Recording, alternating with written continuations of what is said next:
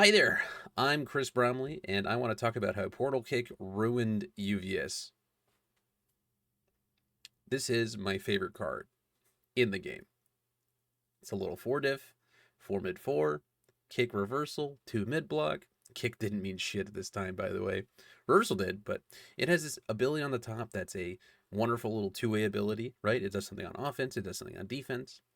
You know, if they don't block it on your turn, your next attack gets harder to block.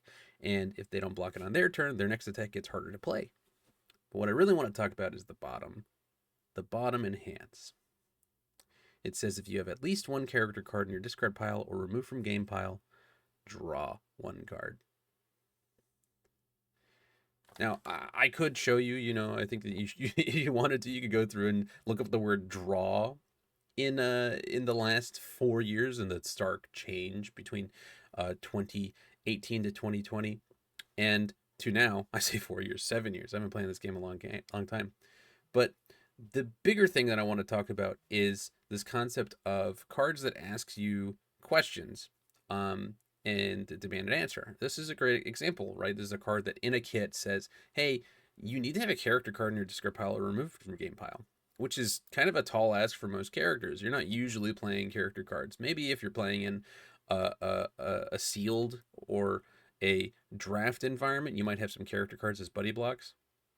At this time, when they used to have block modifiers and checks, but in constructed, pretty much only Quan Chi or a stacking character would use this ability. So it's kind of fringe because only this character could draw that card, cantrip, in a time where cantrips were not very common, especially on 4 diffs. There are some that could do it at 5 diff, or they have more, uh, um, I guess, the conditions for it. But I digress. What I want to talk about is how the last year in UVS has introduced a lot of cards that ask you questions whose answers are already a net benefit. If you look at this card, having a character card in your discard pile removed from game pile is not a net benefit. It's a cost, right, for your character. It's kind of a fringe sort of thing. Like you are getting something out of it. If your character is Quan Chi, obviously he got banned twice. But if we look at something else, right? If we look at cards and things that do things in our current game or like historically this year, right? In UVS, it's filled with cards that are doing things when removed from play, doing things when put into the discard pile, doing things when they're discarded from the card pool, or do the downward spiral problem where they ask themselves a question and then immediately respond and answer that question within the bounds of the frame. And so I've got a couple cards here that I wanted to go through and show you what I mean. So the first one I looked at was recuperation time, right? This is a card that is kind of innocuous on its first glance, but if you really think about it, is crazy. It's absurd. And for one thing, this one is a 3/5 with a 2 mid. It's a survival block with a ungated response. No once per enhanced step. No, unique. Even you can have multiple copies of this that says after you gain health, this attack gets plus one or -1 damage. Yeah.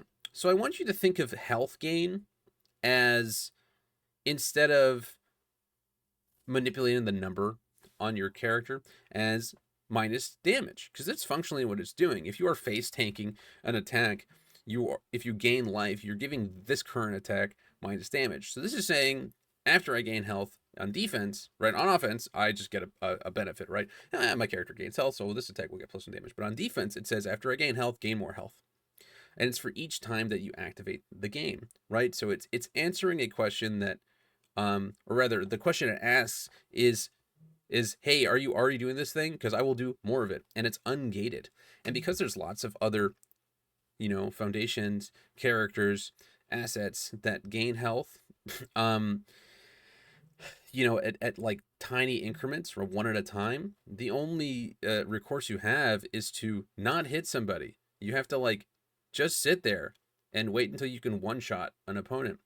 And that's kind of crazy. It's kind of silly that I have to, that's the gameplay pattern is to not play. because if I deal damage to my opponent, they will have access to +7 or -7 damage on each attack that's been put out. And I don't think that's very cool. I just don't like that they do that. Another example of this kind of thing are these Bing Bong, Casino, Bing Pot cards. Um, like Loss of Consciousness, right? That says after this card enters your discard pile during the enhanced step, seal one rival foundation. So in concept, this is a card that does something in a kind of multifaceted way. There's a lot of characters who discard from hand in Attack on Titan. There's also some characters who mill. But this one is not on either fire, which mills, or on order, which discards. It's on death. So the intent was after this card is destroyed, right? Because death's thing is destroying its own foundations and opponent's foundations, you get a fringe benefit, being, seal an opponent's foundation. But because of the attunement system, this is included in a lot of decks that aren't focusing on the death thing. It's being played in a lot of mill decks who are, milling for cost to do things, or looking at the number of cards milled, and they're getting some sort of fringe benefit. And what they're doing is they're just shoving in as many of these Bing Bard cards, and getting many times over their staging area value in effects, because they never actually had to build these cards. They never had to play those cards from hand. And so it's, again, answering a question that is already a benefit. When I put my combined firepower into the card pool, my cost is a deck building requirement. I have to have a lot of non-foundations in my deck. These cards say, actually, it's still beneficial if you hit Loss of Consciousness, or you hit oh goodness, I'm so bad at card names. Or you hit the one that says +2 or -2 damage, you actually get more damage, more value than if you had hit a non-foundation otherwise. And it's something that I don't like.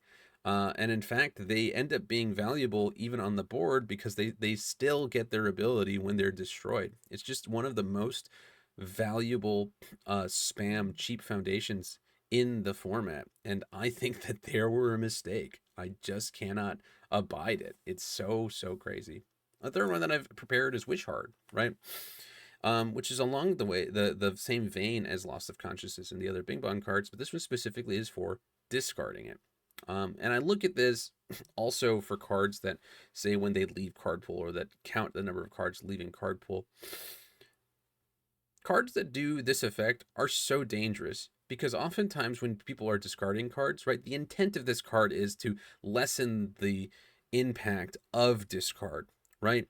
It's actually quite a serviceable attack too. It's got a low zone. It's got an incredibly good block modifier on it. It's 3 difficulty. It's got high damage for a 3 difficulty attack.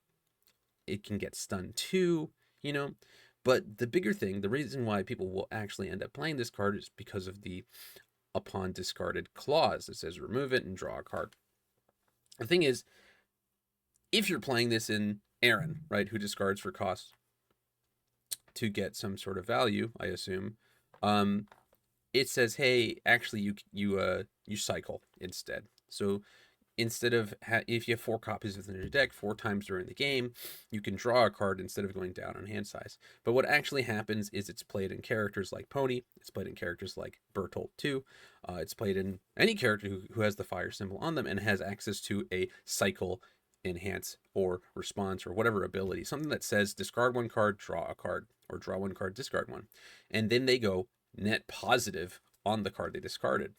In Yu-Gi-Oh!, a game where they only draw 1 card per turn, drawing 2 for 1 card was broken.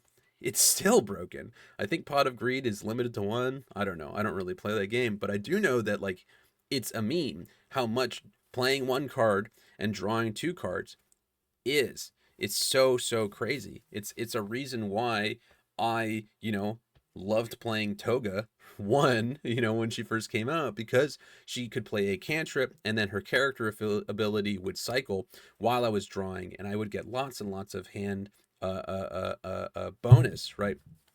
But this card and cards like it that do things when they are discarded, when they hit the discard pile, answer questions that are already beneficial most of the time.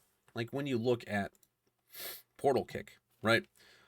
I think Quan Chi was broken, but I think we can all agree that the character card inclusion in your deck is a real cost. This isn't something that you would just like normally do. If you're playing Luna Tijeras, you probably are already. We all saw Mikasa, right, get eroded because of some of her interactions with stuff like this. Where if you're playing a discard from card pool deck and there's cards that just say, hey, after this is discarded from your card pool, draw a card, or when it's discarded from the card pool, the next one get this, or whatever the heck.